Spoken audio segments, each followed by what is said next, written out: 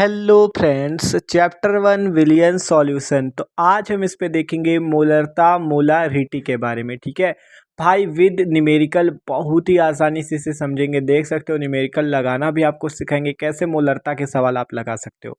तो class 12th chemistry chapter 1 विलियन, जिस पे देखेंगे मोलरता क्या होती। तो चलो देखते हैं।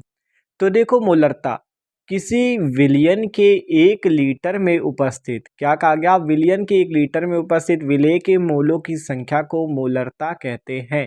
ठीक है, आपका मोलरता को कैपिटल एम से प्रदर्शित करते हैं। ठीक है, और इसका मात्रक मोल पर लीटर होता है।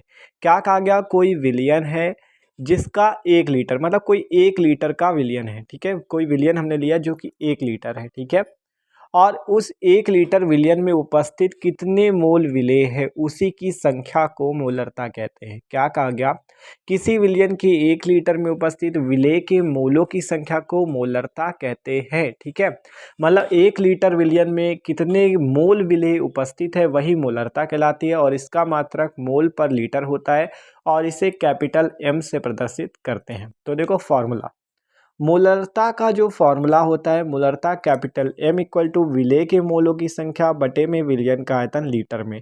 जब आयतन लीटर में हो तो ये वाला फॉर्मूला होगा। ठीक है, मोलों की संख्या बटे विलियन का आयतन लीटर में। देख सकते हो, अगर इसका मात्रा, अगर हम विलियन का आयतन यहाँ पे 1 लीटर कर दें तो विलेय के मोलों की संख्या मोलरता के बराबर हो जाएगी। इसका मान लो 1 लीटर कर दे तो मोलरता किसके बराबर हो जाएगी, विलेय के मोलों की संख्या की। तो यही परिभाषा बनी, किसी विलियन के 1 लीटर में उपस्थित विलेय के मोलों की संख्या को मोलरता कहते हैं। अब मान लो आयतन मिलीलीटर में हो तो विलेय के मोलों की संख्या बटे में विलियन का आयतन मिलीलीटर में, और इंटू में 1000 का गुणा कर देना। ठीक है, मतलब आयतन अगर मिलीलीटर में दिया हो तो लीटर में बदलने के लिए ऊपर 1000 का गुणा करना होगा। ठीक है, तो ये समझ लो। अब बात करें मोलों की संख्या बराबर क्या होता है, फॉर्मूला भार बटे में अणुभार। ठीक है, मोलों की संख्या का फॉर्मूला होता है भार बटे में अणुभार, और मोलरता हो गया विलेय के मोलों की संख्या बटा विलेय का आयतन लीटर में। मिलीलीटर में है तो ऊपर 1000 का गुणा कर दो, और मोलों की संख्या का फॉर्मूला भार बटे में अणुभार। ठीक है, तो इतना समझ में आ गया। अब एक न्यूमेरिकल लगा लेते जिससे कि हमें और अच्छे से समझ में आ जाए। तो देखो 15 ग्राम पोटेशियम क्लोराइड को 1 लीटर जल में घोला गया, विलियन की मोलरता की गणना कीजिए। तो हमें क्या दिया गया, 15 ग्राम पोटेशियम क्लोराइड अर्थात KCl। ठीक है, और क्या दिया गया, 1 लीटर विलियन कहा गया, 1 लीटर जल में घोला गया, मतलब हमें 1 लीटर विलियन दिया गया है। ठीक है, विलियन का मान कितना है, 1 लीटर आयतन है विलियन का। ठीक है, तो विलियन हमें 1 लीटर दिया गया है, पोटेशियम क्लोराइड 15 ग्राम है। अब हमें निकालना है मोलरता। तो फॉर्मूला लगा देते हैं मोलरता का। अभी आपको बताया मोलरता का फॉर्मूला क्या होता है, मोलरता capital M equal to, English में मोलारिटी कहते हैं ना, इसलिए कैपिटल एम से प्रदर्शित करते हैं। फार्मूला होगा विलेय के मोलों की संख्या। ठीक है, विलेय के मोलों की संख्या,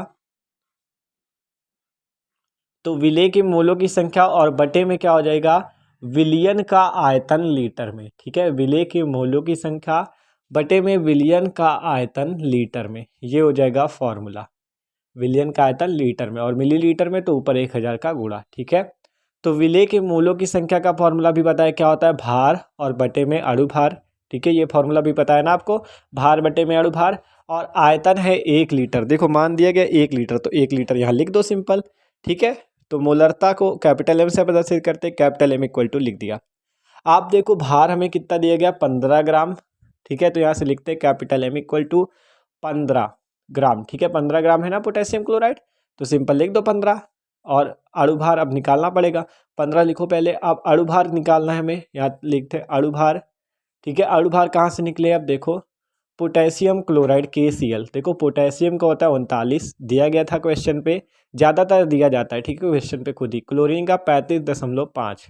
अब इसे जोड़ दोगे तो कितना आ जाएगा, देखो यहाँ पे 0.5 लिख लो, और 9 और 5 14, 4 1 3 3 6 1 7, 74.5। ठीक है, तो इसका मान आ गया 74.5। तो कैपिटल एम इक्वल टू आ गया 15 बटे में 74.5, जो कि अणुभार आया। और आयतन 1 लीटर है, तो एक का तो वैसे भी कुछ नहीं होना, तो एक को हटा देते हैं। ठीक है, तो सिंपल एम इक्वल टू आ गया 15 बटे 74.5, दशमलव हटाओगे ऊपर 0 बढ़ जाएगा, तो 150 बट्टे में 745।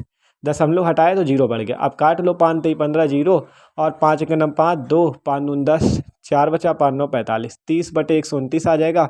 129 का 30 में भाग दोगे तो कैपिटल M की वैल्यू जो आ जाएगी 0.20। ठीक है, 129 का भाग देना है तो 0.20 मोल पर लीटर, मोल प्रति लीटर, ये आ जाएगा मोलरता का मान। ठीक है, तो ये हो गया हमारा आंसर मोलरता का। ठीक है, कैपिटल M आ गया 0.20 मोल पर लीटर। ठीक है आंसर। तो इस टाइप से आप मोलरता के सवाल लगा सकते हो, फॉर्मूला लगाओ, मान रख दो, पूरा आंसर आ जाएगा आपका। ठीक है, तो देख सकते हो भैया एकदम आसान था। 15 ग्राम पोटेशियम क्लोराइड कह रहा था। ठीक है, 1 लीटर विलियन कह रहा था, फार्मूला लगा दिया, सबके मान रख दिए, और अणुभार भी आसानी से हमने निकाल लिया। ठीक है, तो एकदम आसान है, आप खुद देख सकते हो। ठीक है, इसका निकालना तो देख सकते हो भैया एकदम आसान था, और इसी टाइप से आप आसानी से निकाल भी सकते हो। ठीक है, तो ये था आपका मोलरता के सवाल और मोलरता क्या होती है।